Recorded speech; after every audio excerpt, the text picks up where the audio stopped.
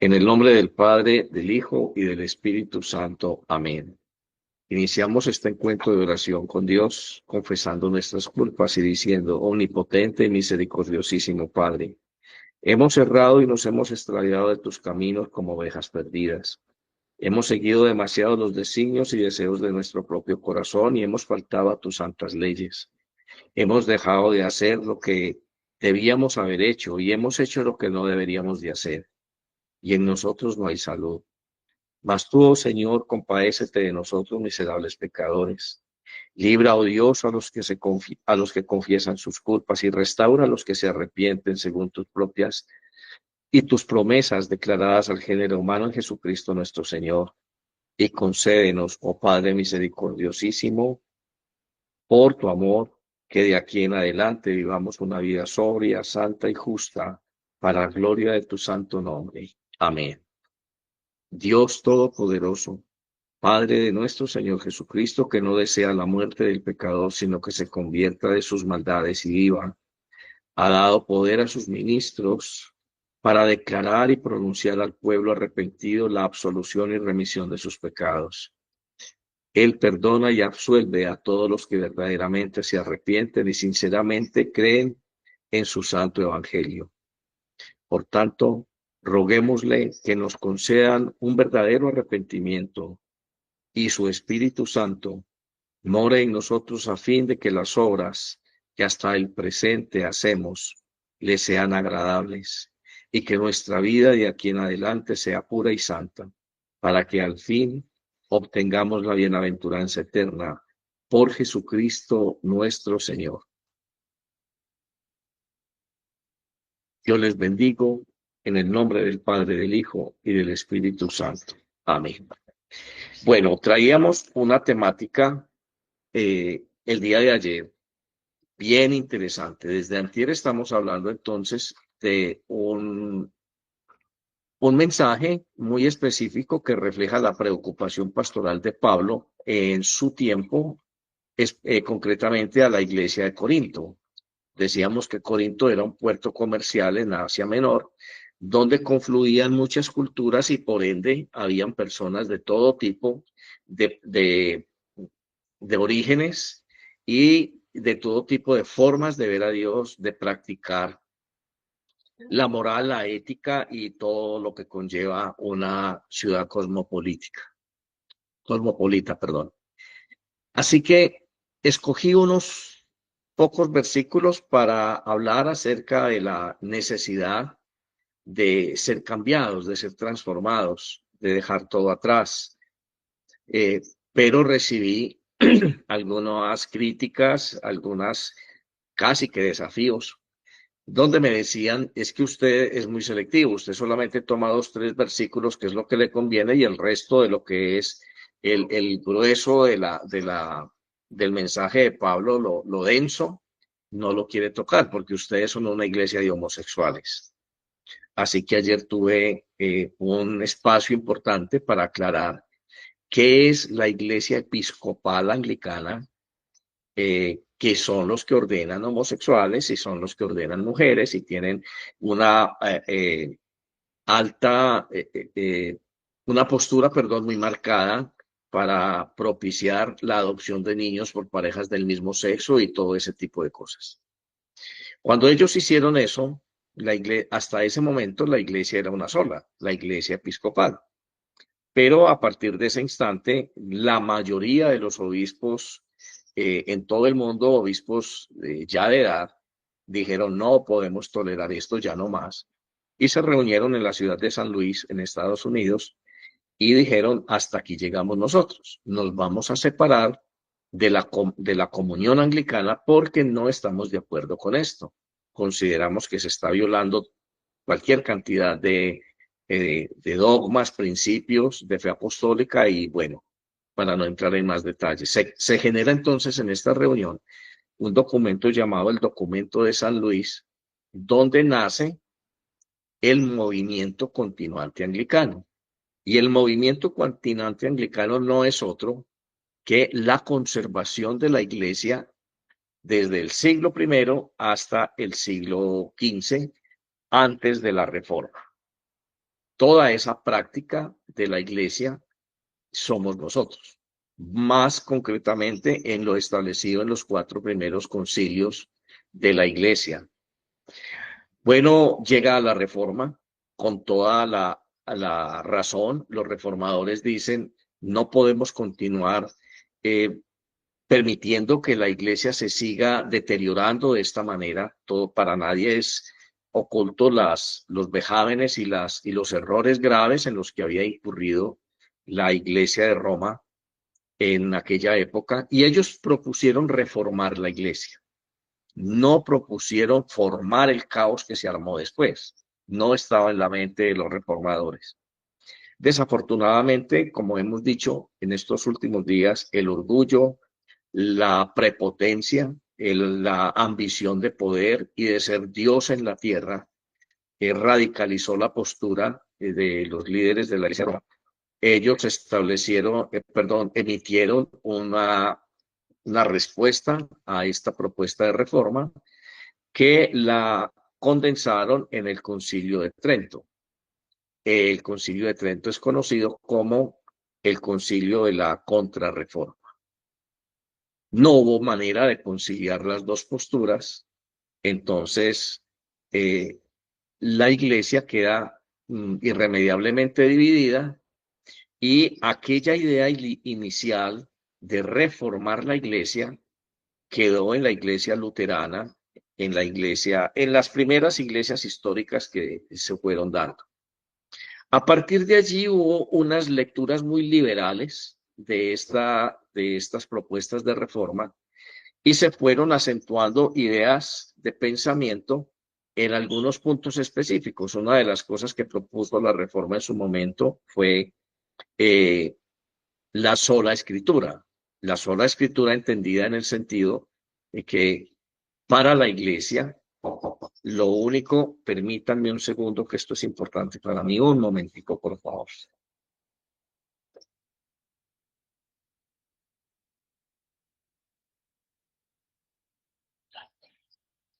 Bueno, discúlpenme, tenía que atender algo urgente porque trajeron algo y había que abrir la puerta. Sigo diciendo que uno de los puntos importantes de la reforma fue la sola escritura. Quería decir el reformador que la única fuente de fe y doctrina para la Iglesia debía estar en la Sagrada Escritura.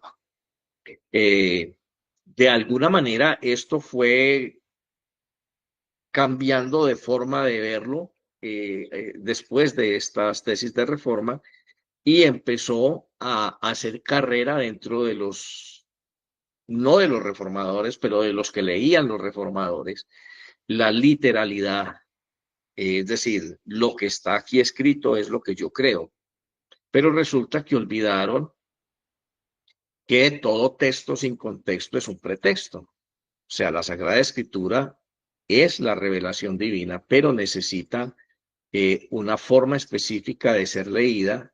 Hay que tener en cuenta los momentos históricos de cada mensaje, hay que tener en cuenta el idioma en que se estaba escribiendo el texto original, las dificultades que eso presentaba en las traducciones inicialmente al latín, después del latín al español, al inglés y a cada uno de los idiomas vernáculos. Cómo conservar las ideas centrales, qué es exactamente lo que se dijo. Entonces allí cobra una importancia específica conocer el griego y el hebreo como idiomas maternos de la Sagrada Escritura. Cuando estamos hablando del hebreo, estamos hablando o hay un hebreo moderno, hay un hebreo intermedio y hay un hebreo muy antiguo, difícil de comprender, porque estamos hablando de más de 5.000 años de historia en este pueblo de Israel. Así que nosotros tenemos ejemplos parecidos a esto. Usted coge a leer, empieza a leer El Quijote de la Mancha y encuentra allí una forma de hablar español tan compleja a veces, que yo creo que un joven de 15, 16 años no va a encontrar mucho agrado leyendo eso, porque no es lo que está acostumbrado a leer.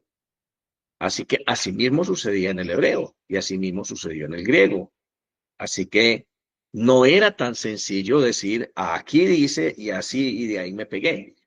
Entonces, esa liberalidad mal entendida o mal concebida en la reforma empezó a traer sus frutos, y fruto de todo eso, o consecuencia de todo eso, es que vemos la cantidad de denominaciones cristianas donde hay muy poca oportunidad de establecer con ellos un diálogo secuencial, o sea, un diálogo que tenga una hilación de ideas, un sistema de ideas que se pueda traer desde el Antiguo hasta el Nuevo Testamento en el mensaje de la revelación divina. Es muy complejo con ellos. Entonces, ahora tenemos la teología de la prosperidad, ahora tenemos gurús del Evangelio, Cash Luna y esta señora Méndez, y una cantidad de personas que han terminado haciendo sus propios cuerpos de doctrina y han terminado utilizando el Evangelio igual que la Roma medieval para su propio provecho, haciéndose dioses sobre la tierra. Ahora se autodenominan apóstoles. No tienen la más mínima idea de qué es esa cosa, pero se autodenominan apóstoles. Y se ve en el movimiento pentecostal una cantidad de conductas y de procederes absurdos y que rayan ¿qué diría yo, hombre? ¿Qué palabra encuentro yo para decir eso? Rayan como con la lógica, ¿no? De lo que es la acción de Dios dentro de la iglesia. Así que en medio de toda esa confusión de cosas, desafortunadamente, esa fue una de las consecuencias negativas de la reforma, porque la reforma realmente no quiso hacer este despropósito, este bacanal de cosas que estamos viendo ahora. La reforma simplemente quiso reformar la catolicidad que existía, la iglesia que existía. En medio de todo eso se da también la reforma en Inglaterra, que la iglesia romana ha insistido en hacer una lectura de la historia muy acomodada a sus propósitos, diciendo que la iglesia de Inglaterra la hace, o sea, nace en el propósito de Enrique VIII y sus banalidades, y nada más alejado de la realidad. La reforma inglesa viene gestándose desde el siglo II, y haciendo un estudio mucho más profundo, vamos viendo en la filosofía, en la forma de pensar, en la cultura de los ingleses desde el siglo II hasta el momento en que decide darse la independencia con Roma, porque la idea de Enrique VIII de decir ustedes allá y nosotros aquí no era nueva, eso no era de él, eso ya venía gestándose en el colectivo de la sociedad inglesa.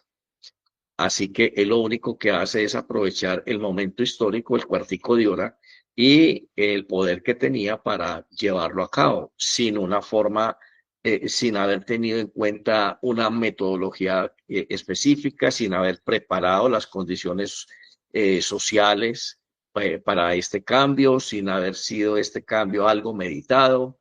Era una necesidad sentida, era un vox populi, el sentimiento general de la sociedad inglesa, pero las cosas no se deben hacer tan abruptas, ¿no? Como este gobierno que quiere cambiar la salud por decreto y ya, sin hacer unos cambios iniciales que secuencialmente en el tiempo vayan llevando a adquirir a cumplir ciertos objetivos. Eso es la iglesia anglicana. Somos una iglesia evangélica basados en la Sagrada Escritura. La última y la única autoridad para nosotros es la Biblia, y somos una iglesia que conserva la tradición histórica y sacramental de los primeros 15 siglos de existencia de la iglesia. Algunos críticos, y digo la palabra crítico ya en el sentido académico, nos han definido como la iglesia media. Estamos en la mitad. tomamos la riqueza de un lado, de lo que propuso la reforma, y tomamos también la riqueza, porque no le podíamos pegar un machetazo a la experiencia de la iglesia por 15 siglos, tampoco.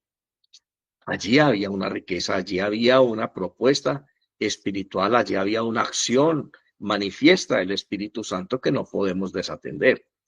Así que por eso ustedes ven que nosotros también tenemos diáconos, sacerdotes y obispos. Y tenemos nuestra teología sacramental 90% similar, igual de pronto a la Iglesia de Roma, pero como no somos una iglesia-estado, como nosotros no tenemos que defender una jerarquía inventada, como nosotros no tenemos los intereses económicos, ni el poder económico, ni el poder temporal que pretende tener esta iglesia, entonces la teología sacramental es mucho, en mucho diferente, porque no está orientada a defender estas instituciones. Sin mucho preámbulo, entonces continuamos, porque era necesario para quienes me están viendo por primera vez que haga esta aclaración. Le pido excusas a mis hermanos de MID. Y digo yo que era necesario hacerlo porque la acusación fue fuerte, ¿no? Ustedes son una iglesia de homosexuales, entonces usted inteligentemente quita esta partecita del mensaje apostólico. Y para nada es así. Así que desde ayer hemos venido hablando de la postura del apóstol Pablo con respecto a algunos pecados que él afirma que quien permanece en ellos no va a heredar el reino de Dios. Uno de ellos, de tantos que él describe allí, es la homosexualidad. Y el interés nuestro pastoral al tocar este tema, pues no solamente responder a nuestros críticos, sino también dar una opción pastoral, es decir, una visión pastoral, a partir del hecho de que no somos la iglesia episcopal, somos la iglesia de continuación anglicana. Es otra cosa completamente diferente. Con respecto entonces a esta conducta, ayer dejamos muy claro al finalizar la intervención que desafortunadamente la iglesia a través de la historia se dejó poner unas claves de lectura, unas sombras eh, en los ojos con respecto a este pecado. Entonces empezamos a sacar este pecado del contexto de los demás pecados de la humanidad. Entonces, queda muy claro que para nosotros esta influencia satánica ha logrado que hablar de un fornicario no es tan grave como hablar de un homosexual, de alguien que se acuesta con varones, que hablar de alguien que vive en unión libre con una mujer o con un hombre, que eso se llama fornicación y adulterio en el caso de que alguno de los dos esté casado. No es tan grave como decir una mentira. Entonces, esa categorización de la conducta pecaminosa es el arma más letal que en este momento tiene la iglesia. Y eso ha tenido unas consecuencias serias en la espiritualidad de todos los tiempos. Si usted quiere preguntarse por qué razón el discurso de Jesús cambió la humanidad hace 2000 años, cambió el rumbo de la humanidad, y es el mismo evangelio el que se sigue predicando todos los días, que hemos estado predicando nosotros, entonces que ya no hay cambios. ¿Sería que Dios dejó de ser Dios? ¿Sería que Dios, el Dios de esa época era diferente al de este? No, Dios es el mismo. El tema es que hemos permitido que se infecte nuestra mente al acercarnos al Evangelio. Y en teología moral es bien importante establecer que no hay un pecado peor o más dañino o más letal que otro. Todas son manifestaciones del carácter satánico, del carácter maligno. Y Pablo está diciendo en estos 3 versículos que leímos, sobre todo el día de ayer, no los leo porque hoy vamos a entrar en otra consideración cortica, pero al respecto. Y él decía que para él lo más importante era la restauración. Para Pablo la doctrina era clara. Si usted venía de una vida de pecado, si usted venía de practicar ciertas conductas que son las que él enumera en este mensaje, él resume todo esto con una frase que casi siempre, que casi nunca le han puesto cuidado, y es: eso eran algunos de ustedes antes de ser de Cristo. Él menciona la fornicación, el adulterio, la avaricia y una cantidad de pecados. Y él dice: cosas en las cuales vosotros os movíais o vosotros eras o practicabais antes de ser cristianos. Para él era un hecho que había un corte, sin importar la conducta pecaminosa. Para Pablo en ese momento era tan normal que un homosexual dejara de ser homosexual al tener un encuentro con Cristo.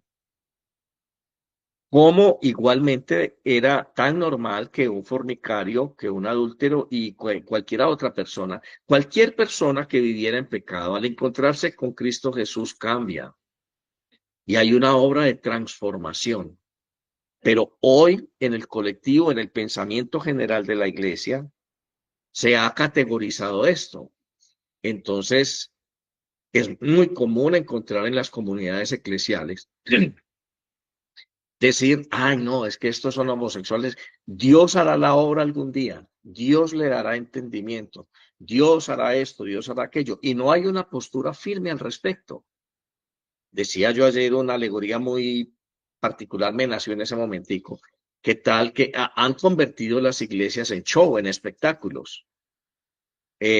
Han convertido esto bueno, no encuentro otra palabra para explicar.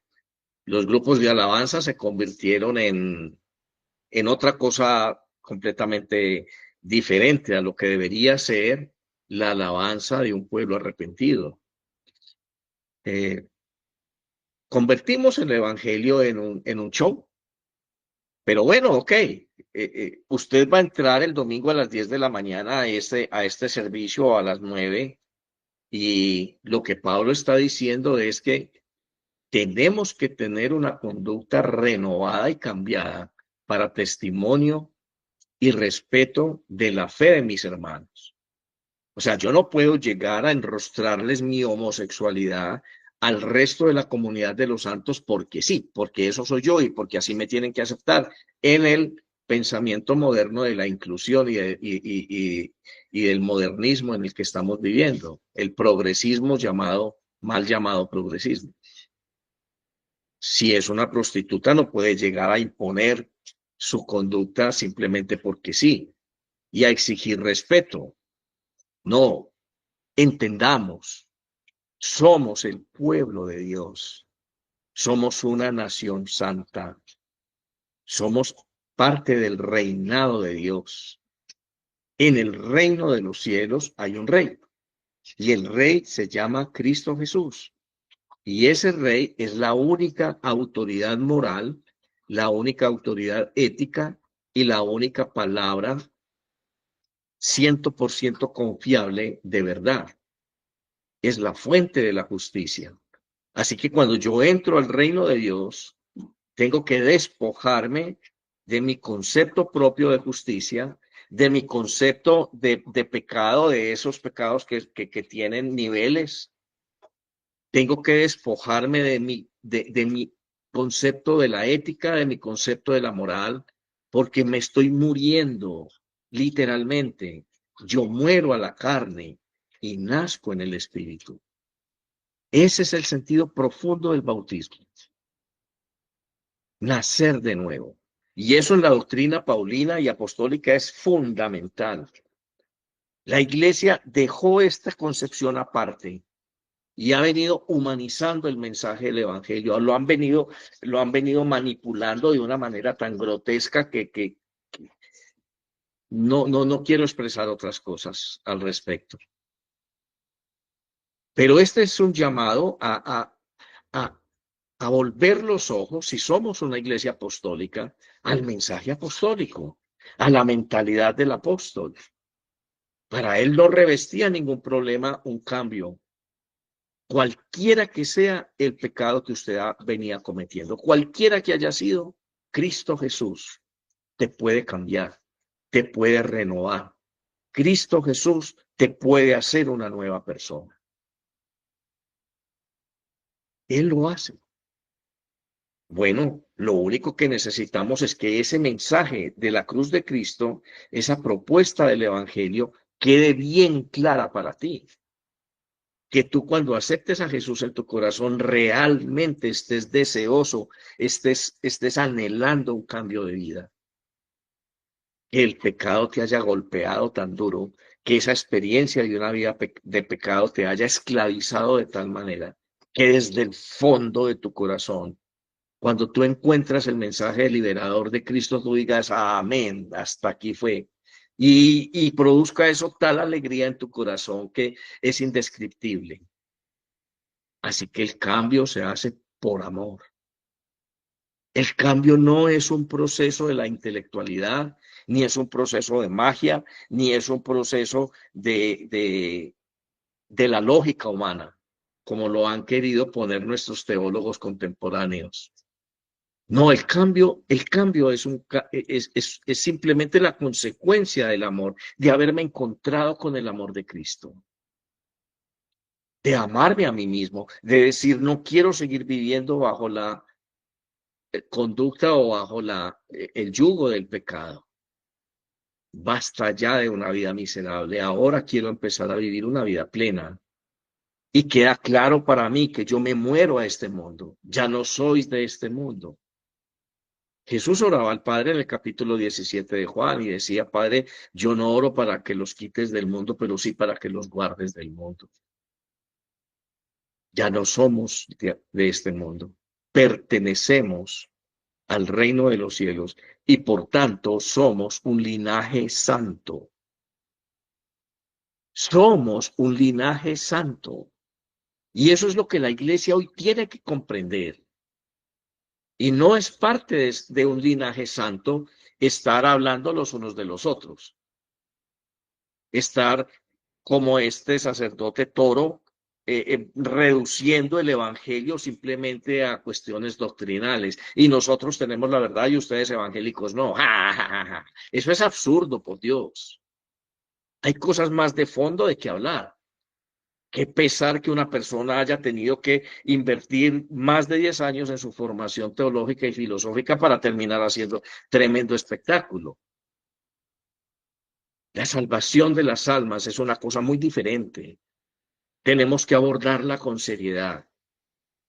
Y hoy tenemos un tema específico y es la desmitificación del pecado de la homosexualidad. Y esa es mi respuesta pastoral para los críticos que han estado respondiendo a estas alocuciones en estos días.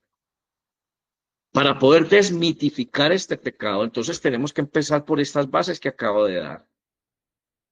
Y bueno, Jesús dijo, conoceréis la verdad y la verdad os hará libres. Ese es el método divino. Ok, yo ya me encontré con el amor de Cristo. Pablo alcanzó a decir estas palabras, miserable hombre de mí, porque el bien que yo quiero hacer no lo hago, y el mal que no quiero hacer, eso es lo que hago. Miserable hombre de mí. Eso decía Pablo. Y lo decía al hacer una descripción clara de lo que significa luchar con la carne. Sí, yo ya me moría a este mundo, yo ya me moría al pecado, pero desafortunadamente esa servidumbre al pecado dejó huellas en mí, dejó una manera de pensar errada, dejó una forma de concebir el mundo errado. Ahora me he encontrado con Cristo, tengo muy clara la esencia de lo que a Dios me está llamando, de a qué es, perdón, lo que Dios me está llamando, pero necesito ser guiado. Y ahí es donde entra la acción pastoral de la iglesia. Y esta acción pastoral de la iglesia no es un impositivo moral, no es decirle a la prostituta o al fornicario o al adúltero o al homosexual, tiene que dejar de hacerlo y ya lo dejó de hacer por obra y gracia de su santa voluntad. No hay que formarlos. Y el fin de la iglesia, el quehacer de la iglesia es formar el carácter de Dios en el corazón de los hombres, no estar peleando por doctrinas. Que si usted cree que María tenía 7 hijos o no los tuvo, que si usted cree esto, que si usted no... Basura. No tiene nada que ver eso con el carácter de Dios en el corazón del hombre. Así que centrémonos en lo que es realmente importante. La iglesia tiene que tomar esa experiencia del encuentro con Cristo y hacerla tangible en el corazón de cada creyente. Empezamos entonces desmitificando el pecado por entender algunas cosas. ¿Qué significa ser heterosexual? Pues bueno, es simplemente un hombre o una mujer que tiene atracción sexual por alguien del sexo contrario. El homosexual es un hombre o una mujer que siente atracción sexual por otra persona de su mismo sexo. ¿Qué es un afeminado? Generalmente se aplica a los hombres, porque en el caso de las mujeres se le dicen hombrunas, pero el afeminado es un hombre que quiere o tiene una inclinación a parecerse, a, a reflejar en su conducta, en sus actos, en su forma de ser, el sexo contrario. Pero no necesariamente el afeminado es un homosexual. Conozco muchas personas que tienen ademanes muy femeninos o mujeres que tienen ademanes muy masculinos. Quizá a eso se refiere la ciencia cuando está hablando de hormonas y cuando está hablando de genes y cuando está hablando de todo ese discurso que hace la biología. Pero son cosas que se pueden reaprender. Son cosas que se pueden detectar y adoptar una conducta diferente. Pero no necesariamente aquella persona que tenga rasgos del sexo, del género contrario, necesariamente es un homosexual. Ahí hay que tener esto bien claro. Entramos entonces desde el punto de vista de la teología. Ya estamos cansados de la psicología que está dándole permiso al ser humano para que se confunda y se pierda en sus propias consideraciones. Hay que respetar al niño desde los 2 años para que el niño elija su propia sexualidad. No, viejo, usted lo que tiene es que formar a ese niño. Dios le dio a usted un hijo y se lo dio sexuado, porque Dios hizo al hombre un ser sexuado. Y esa sexualidad es inherente al género. Y el género masculino o femenino trasciende mucho más allá de lo que usted simplemente está viendo, un órgano sexual. Ese género tiene que ver desde antes de la creación del mundo con el propósito de Dios, del Dios de la vida. Cuando Dios pensó en Alejandro, no pensó en Alejandra. Él pensó en Alejandro. Cuando Dios pensó en María, no pensó en un hombre, en marido, por pues, qué sé yo. Y ese ser humano que Dios trajo a este mundo, ese modelo preconcebido en su corazón que él trajo a este mundo, vino acompañado de un género. Un género que va a definir varias cosas en ese ser humano. El rol social que él va a desempeñar y sobre todo su estructura psicológica y emocional para poder a partir de allí llevar a cabo el propósito que Dios predeterminó cuando lo llamó a la existencia. Así que no es tan fácil como dice la psicología a los 3 años, deje que el niño solito se vaya yendo. Eso es normal, deje lo que usted ahora, deje de ser anticuado, usted es un cavernario, deje que el niño solito se vaya yendo. No, no es así, señores. Somos parte del reino de Dios y no miramos las cosas de esa manera. No es ese el pensamiento de Dios. Hay un propósito de Dios en la sexualidad de cada uno de los seres humanos que Él llamó a esta existencia. Así que una teología del género inicia entendiendo el propósito de Dios, por qué te hizo hombre y por qué te hizo mujer. Y cuando hablamos de un hombre, estamos hablando de toda una estructura emocional, de toda una estructura mental, de toda una estructura psicológica y física que define a un hombre según su género. Igual estamos haciendo con la mujer. Los hizo Dios complementarios. Hemos dicho en otras alocuciones que Dios no tiene género. Dios es un espíritu y Dios ni es hombre ni es mujer. Él es un ser perfecto. Así que cuando nosotros somos la imagen y la semejanza de Dios, nos preguntamos cómo vamos a alcanzar, a compaginar, a llegar a ser en parte esa criatura que Dios se propuso hacer en cada uno de nosotros. Y es que resulta que yo no puedo llegar a cumplir plenamente el propósito que Dios diseñó para mí, a menos que cuente con una ayuda idónea de sexo femenino. Porque en ella yo voy a empezar a comprender y a analizar y a profundizar en virtudes divinas que ella representa muy fácilmente. La bondad, la abnegación, esa entrega total de amor a la causa que define a muchas mujeres. La nobleza, el amor incondicional de una madre son rasgos divinos en ella, muy acentuados en ella por el hecho de ser mujer. Y ella va a aprender a conocer en ti como varón la fortaleza, esa orientación a ser el protector, el proveedor, la madurez de tu razonamiento. Ellas son emocionales, nosotros somos más racionales. Y ella necesita la racionalidad que hay en ti, porque tú estás capacitado para ser la cabeza de la mujer. Dios la cabeza de Cristo y Cristo la cabeza del varón. Entender de una manera equilibrada y racional la voluntad y el mensaje de Dios, el carácter de Dios.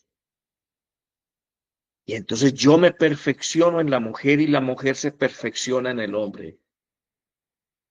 Yo aprendo a conocer otros aspectos de la divinidad en la mujer y ella lo hace en el hombre. Y eso hace del matrimonio, una institución noble, santa y perfecta. No es solamente que es que a mí me gusta un hombre y que yo voy a vivir con un hombre. Si tú tienes la mente de alguien que está en el reino de los cielos, no puedes mirar las cosas de esa manera. ¿Cómo va a llevarse a cabo entonces el propósito de Dios en una relación de esas? Donde hay una ambigüedad, donde la persona que está compartiendo con el otro ni siquiera sabe quién es. ¿Cómo se define usted, mujer o hombre? No, yo soy ellos, o ahora hay que decir en los discursos, ellos, ellas, yo no sé, ¿a dónde nos está llevando Satanás por Dios? Una teología del género inicia por descubrir estos elementos. Y esto hay que enseñárselo a la iglesia, y esto hay que decírselo a la iglesia. Pero son temas tabús, porque vuelvo y repito, los pastores temen decir estas cosas, porque se les va a la platica, porque se les va a los que los apoyan, porque su orgullo religioso entonces no le va a permitir decirle al colega, yo tengo una congregación de 200 personas, tú tienes 4 gatos allá en tu garaje. ¿Qué tan lejos está la iglesia de poder ministrar adecuadamente hombres y mujeres según la imagen y la semejanza divina? Es que tú no estás ministrando algo improvisado, tú estás ministrando los hijos de Dios. Formar el carácter de Dios en el corazón de una persona implica que esta persona inicie por comprender su género y el propósito de su género con el plan de Dios en su vida. Pido perdón a todos los que me están escuchando por una iglesia perezosa, por una iglesia que se ocupó de adueñarse de Dios, de enriquecerse, y no se ocupó nunca de la santidad del pueblo de Dios. Luchamos hoy con las mismas inquietudes que tenía Pablo. Para él era una preocupación ver estas personas con estas manifestaciones conductuales dentro de la congregación, pero para él era muy sencillo escribirle a los corintios y decirles, mire, estos son los pecados y que les quede claro que quien cometa estos pecados no va a heredar el reino de los cielos. Así de claro. Para él era más importante que la comunidad de los santos entendiera que la consecuencia de un encuentro con Cristo tenía que evidenciarse en la transformación del ser, en la redención del ser. Si tú no tienes muestras reales, evidencia real de tu redención, tú no eres digno de estar en la iglesia, porque estás haciendo mentirosa la obra del Espíritu Santo en ti. Convertimos la iglesia en el lugar donde yo voy a imponer mis principios, mis conductas. Esto sí lo toco, esto no lo toco. Padre, yo creo en Cristo Jesús, pero a mi manera. Yo no estoy ni de acuerdo con esas cosas de iglesias, no. Esa explotadera de la iglesia, no. Y entonces satanizamos el diezmo y satanizamos las ofrendas. Y resulta que es que si tú no diezmas, si tú no ofrendas, tú no tienes cuándo decirte a ti mismo, en contra de tu propia naturaleza. Tú no tienes cuándo decirte a ti mismo, esto no es mío. Cada 30 días que tú das tu ofrenda o tu diezmo, como lo quieras llamar a la iglesia. En ese momento tú te estás diciendo a ti mismo, esto que Dios me está dando no es mío. Mi lugar no está en este mundo. Yo simplemente soy un administrador de los dones de Dios. Porque el día que tú te adueñas de lo que Dios ha provisto para tu sustento, entonces literalmente estás sacando a Dios de tu vida. Porque ya Dios no es tu proveedor. Tu proveedor eres tú a través de tu trabajo, de tu inteligencia, de tu capacidad, pero no es Dios. ¿Por qué no hablar en esos términos? Porque siempre referirse al tema desde el punto de vista económico, desde la perspectiva más baja de la naturaleza humana. A veces uno escucha sermones en iglesias y yo salgo literalmente cansado y yo digo, Señor, ¿hasta cuándo vamos a tener que soportar esto? La imagen de Dios en el hombre y en la mujer es parte fundamental del inicio de una vida transformada. Entender para cada uno de nosotros como seres humanos, como cristianos, lo que tiene que ver respecto a la imagen de Dios en mí, esa imagen que yo estoy llamado a proyectar desde mi género, como varón, como hombre de hogar, como hombre que aprende a amar a sus hijos, como hombre que provee para su familia, como hombre que adopta la postura pastoral y es celoso con la forma en que su familia está empezando a conocer a Dios. Tan celoso que él es el que toma la iniciativa y dice, no quiero que nosotros sigamos yendo a esta iglesia porque no hay una correcta actitud allí. No quiero que mi familia se siga nutriendo de eso. ¿A qué iglesia estás asistiendo tú? Como decíamos ayer, ¿quién te falta el respeto cuando se hace a tu lado? Ahí hablando así. ¿Por qué? Señor, ¿usted es hombre o es una mujer? Hábleme como un hombre. Yo no voy a tolerar que usted, si quiere ser mi amigo o si quiere visitar mi casa o qué sé yo, se comporte de una manera tan atípica, tan ambigua. Usted debe conocer el propósito de Dios, la imagen que Dios quiere proyectar a través de usted, tal cual como Dios lo hizo, y cuál es el propósito de su género en ese plan divino. Y tenemos que aprender a hablar con autoridad y con sinceridad. Esa hipocresía falsa de tener que estar tapando, de tener que estar, entre comillas, tolerando la naturaleza de Satanás dentro de la iglesia, me produce vómito. En serio, me produce asco. Yo no entiendo qué es lo que están haciendo los pastores, los sacerdotes y los líderes de las iglesias cuando no tienen en cuenta estas cosas básicas del carácter de Dios dentro de la iglesia y fuera de la iglesia. Y yo no estoy diciendo que que como iglesia vamos a cerrarle la puerta a todos, no, al contrario. Pero entienda que cuando usted entra en la iglesia, aquí hay unas normas, aquí hay unos códigos de convivencia, aquí hay unas reglas que no las ponemos nosotros, las pone Dios. De lo contrario, se nos convierte la iglesia en lo que hoy estamos viendo, un salpicón de cosas que nadie sabe para dónde va. Señoras de la alta alcurnia, muy bonitas, muy bien trajeadas, maltratando a su esposo afectivamente, verbalmente, siendo déspotas con ellos y manteniendo una conducta de apariencia frente a la sociedad. Y cuando van a la iglesia, entonces parecen pollitos lindos. No, no les falta sino la aureola. Y el pastor conoce estas cosas, el sacerdote conoce esas cosas y guarda silencio porque si no se le va la plática. ¿Quién estamos sirviendo, señores? ¿A quién estamos escuchando? ¿Es posible ser libre de ese pecado de la homosexualidad? Claro que sí. ¿Es posible enfrentar ese demonio? Claro que sí. Son demonios que tienen una naturaleza contra natura, tienen un carácter contra natura.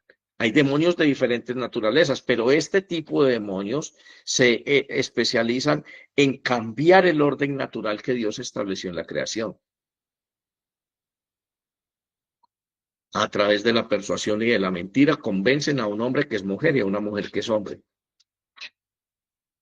Pero cuando esta persona en el plan de salvación necesita interactuar con Dios, ¿a partir de qué verdad va a establecer los principios de la regeneración espiritual de su vida? ¿Cómo va a conocer el complemento de la naturaleza de Dios que solamente tiene el género femenino, o que mayormente se expresa allí en el género femenino? Es imposible que eso se dé en la relación de dos hombres conviviendo, porque ninguno de los dos sabe qué viene siendo. Ninguno de los dos sabe si realmente es hombre o es mujer. Los psicólogos se han esforzado por decirle a estas personas que pecan de esa manera: usted tiene que ser un hombre, tiene que pensar como hombre y comportarse como un hombre. Que le guste acostarse con otro hombre, eso es otra cosa. Pero en el fondo no le están diciendo nada. Sí, acéptese como hombre, pero haga lo que le dé la gana dentro de la iglesia. O sea que mientras usted no tenga una conducta escandalosa dentro de la iglesia, acuéstese con el que usted quiera, chito calladito, eso es su vida privada, yo no me voy a meter ahí. Y usted convencido que esa persona convencida que va para el cielo. Y la iglesia está así llena de este tipo de personas. No solamente con respecto a este pecado, sino con respecto a la infidelidad, con respecto a la perversión moral, a la pornografía, con respecto a cuánta cochinada haya. Tenemos que quitar la hipocresía de la iglesia. No estamos viviendo tiempos fáciles. Créanme, por Dios, créanme que vienen tiempos muy oscuros y muy densos sobre la tierra. Y el mensaje del Evangelio tiene que ser empezado a decirse y a declararse y a anunciarse con el carácter de Dios, no con el carácter endeble de un pastor, de un sacerdote, de un obispo o de una institución alienada. Padre, en el nombre de Jesús, en esta mañana, te pedimos perdón si nuestras palabras fueron tomadas o tenían rasgos de soberbia o tenían rasgos de enojo. Sometemos, Señor, toda cosa dicha a la obediencia a la cruz de Cristo. Con humildad nos postramos delante de ti. Y por el amor de tu nombre te pedimos, Señor, que nos enseñes a amarnos. Y yo no voy a poder amarme si no comprendo mi sexualidad, mi género, la psicología propia de mi identidad sexual. Y si yo no comprendo qué tiene que ver eso con el propósito eterno tuyo en la salvación de mi alma. Si yo soy un híbrido, no puedo amarme porque no sé qué amar. Un día soy femenino y otro día soy masculino. Padre, hay tanto error en la conducta de nuestros líderes eclesiales. Hay tanta confusión en este mundo entre tu pueblo que a veces tu espíritu me lleva a llorar y a lamentarme y a recordar las palabras del profeta en el Antiguo Testamento, aquella frase célebre que todos conocemos: ¿a quién iré? ¿Dónde estás tú, Señor? ¿Dónde está tu verdadera esencia en medio de tanta confusión, tanta religiosidad y tanto egoísmo en quienes dicen ser tus hijos en las diferentes iglesias? ¿Dónde estás tú, Señor? Nuestra alma tiene hambre y sed de justicia, tiene hambre y sed de ti. En este día queremos que tú te reveles a nuestras vidas. Queremos encontrarte, Señor, en lo más profundo de nuestro ser, sin engaños, sin suposiciones. Queremos aprender a deleitarnos y a amar la obra que tú hiciste en cada uno de nosotros cuando nos llamaste tal y como nos llamaste a la vida. Tanta escoria, Señor, ha deteriorado esa obra de arte que hiciste. Ahora somos una imagen completamente desfigurada, apartada del diseño original. Necesitamos ser renovados y cambiados. Descubrir quiénes somos y quiénes fuimos en tu corazón antes de llegar a este mundo. Y amar ese proyecto, Señor, porque este pecado duele y duele mucho. Permítenos amar tu iglesia, pero corregirla. Permítenos amar tu iglesia, Señor, con tu carácter, porque tú corriges a quien amas, dice la Escritura. Y la corrección no es fácil. La corrección es difícil de superar, de asimilar, pero libera. Yo pongo la vida de mis hermanos hoy en tus manos, en este día. Padre, gracias por ellos. Y los bendigo en tu nombre En el nombre de Jesucristo, tu Hijo Dios y Señor nuestro, y con el poder y la gracia del Espíritu Santo. Amén. Y amén. Dios les bendiga. Mañana nos vemos de nuevo, 6:30 de la mañana. Discúlpenme. A veces Dios le habla a uno tan real y profundamente en el corazón que siente uno impotencia. ¿Qué hago, Señor? ¿Cómo lo hacemos?